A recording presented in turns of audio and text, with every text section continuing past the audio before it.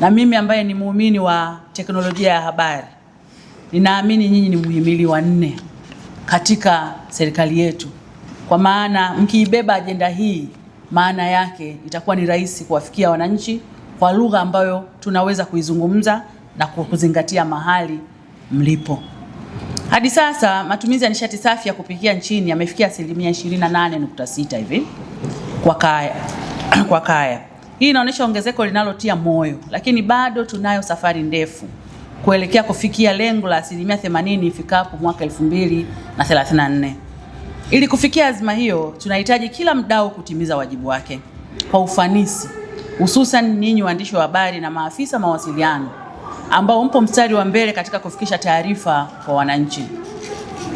Ndugu zangu waandishi wa habari na watu wa mawasiliano, mnafahamu ninyi ni kiungo muhimu katika kueneza habari na taarifa zinazoweza kujenga taswira chanya au taswira hasi kuhusu jambo fulani.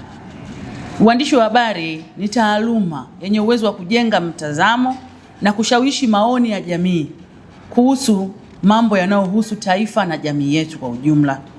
Kwa kulielewa hilo, tunalo jukumu na tuna wajibu wa kujenga mtazamo wa kushawishi masuala chanya kwa kutoa taarifa sahihi kuhusu hatua mbalimbali tunazopiga katika maeneo tunayoyasimamia.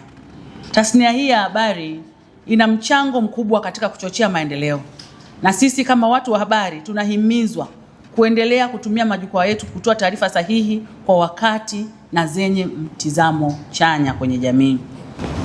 Ndugu zangu, vyombo vya habari sio wasambazaji wa taarifa pekee, ni washirika muhimu wa maendeleo. Napenda kusisitiza kuwa kila mmoja wetu ana nafasi ya kuwa balozi wa kuhamasisha matumizi ya nishati safi ya kupikia. Kila habari mtakayoiandika, kila kipindi mtakachotayarisha na kila ujumbe mtakaousambaza unaweza kubadilisha maisha ya familia nyingi za Watanzania na kuchangia katika kulinda afya, mazingira na uchumi wa taifa. Na mwisho, tujiulize swali hili: katika safari ya kuelekea kwenye 80% ya matumizi ya nishati safi ya kupikia, je, wewe kupitia taaluma yako umechangia nini?